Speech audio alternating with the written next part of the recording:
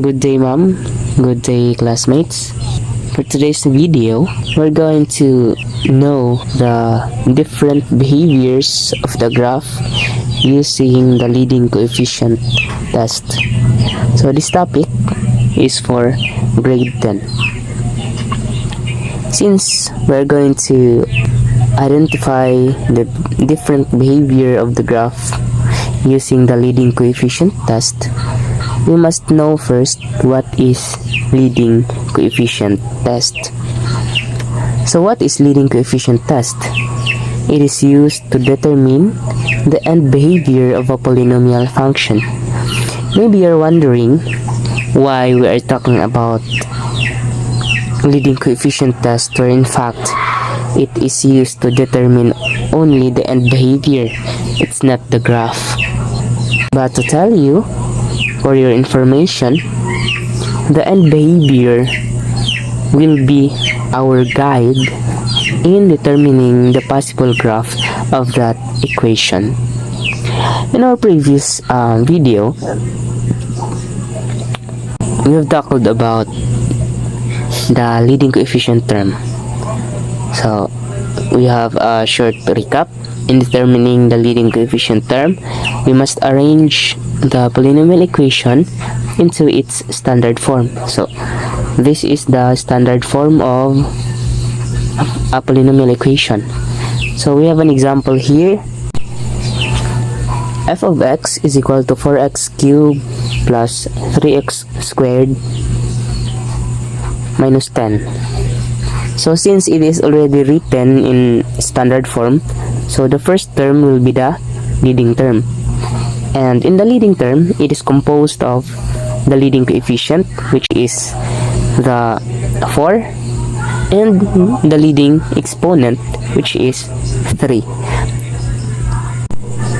And these two, leading coefficient and leading exponent, is very significant in our topic for today, because these two components are the reasons why we can identify and why we are going to identify the different ends behavior. So now, let's go to our original objectives.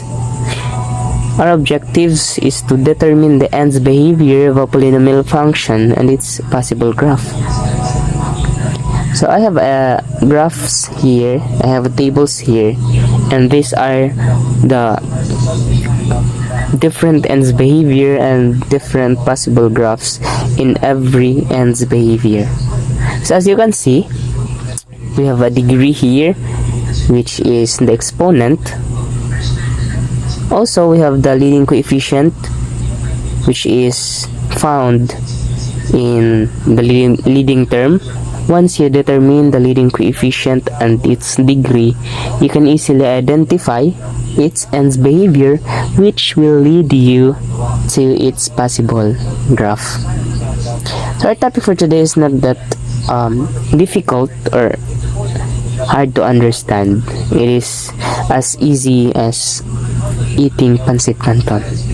Okay, so now let us proceed to our examples to make it sense, because I know that you already understood the table, but it would be easier for you to identify and determine if we're going to have an example here.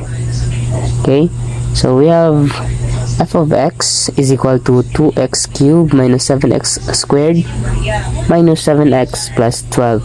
So this is a polynomial function, and as we can observe, it is already written in its standard form. So what we're going to look first is its what? Yes, very good. Its degree. So as you can see, its degree is, okay, this one, the 3, the cube, and number 3 is an, yes, very good, an odd number. Okay, so let's forget the even degree here. Let's focus on the odd degree. Second is its leading coefficient, which is 2, positive 2. Okay, Now, since we have determined the leading coefficient and its degree, it is very obvious that its ends behavior is falls to the left and rises to the right, and its possible graph is this one. Okay, and if we're going to plot this one, its result would be like this. So as you can observe, as you can see, it is the possible graph of this polynomial equation is correct and accurate in its actual graph. Okay, now let's proceed to another example. We have here f of x is equal to negative x cubed minus negative 7x squared minus 7x plus 4. Okay, all you need to do is same process. You must look the degree first, which is 3, and 3 is an odd number. Okay, so next is the leading coefficient, which is negative 1, and it is negative, and its ends behavior would be, yes, very good, rises to the left and falls to the right. Its possible graph is this one. And same thing, if you're going to graph this one into a real Cartesian plane, the actual graph is like this. Next, let's have another example. X raised to the power of 4 minus 7x squared plus 6x. It's just a typo, sorry. And when you're going to look its degree, it is 4, and 4 is an very good, an even number, and its leading coefficient, it is, focus here, positive or negative? Okay, very good, it is positive, and obviously its ends behavior would be rises to the left and right. And its possible graph is this one. And if you're going to plot this one into a real Cartesian plane, the result would be like this. Okay, this one, this one. Okay, so next, let's have another example. Negative x raised to the power of 4 plus 2x cubed plus 13x squared minus 14x minus 24, and as we can see, it is already written in standard form, so we're just going to identify its degree, which is 4, and 4 is an even number. Next is its leading coefficient, which is, yes, very good, negative 1, and obviously its ends behavior would be very good, falls to the left and right. And its possible graph, based on its ends behavior, it is, okay, very good. And when you're going to plot this one into a Cartesian plane, the result will be like this. Okay, so as you can observe, its behavior would be your guide in finding its possible graph, because through ends behavior you can easily draw its possible graph. You just need to understand its ends behavior. So in every equation, the leading term is always given.